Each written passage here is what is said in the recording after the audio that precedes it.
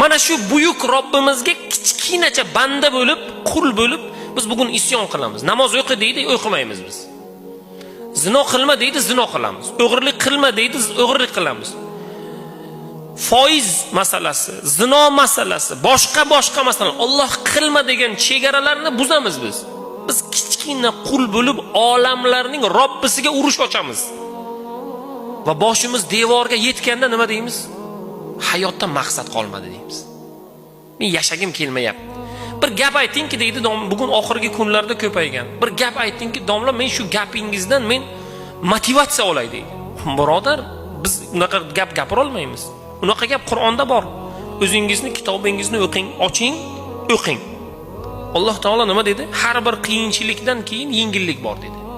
Qilgan har bir gunohingizga jazo bor dedi. Shuni oling, istig'for ayting, qilgan gunohlar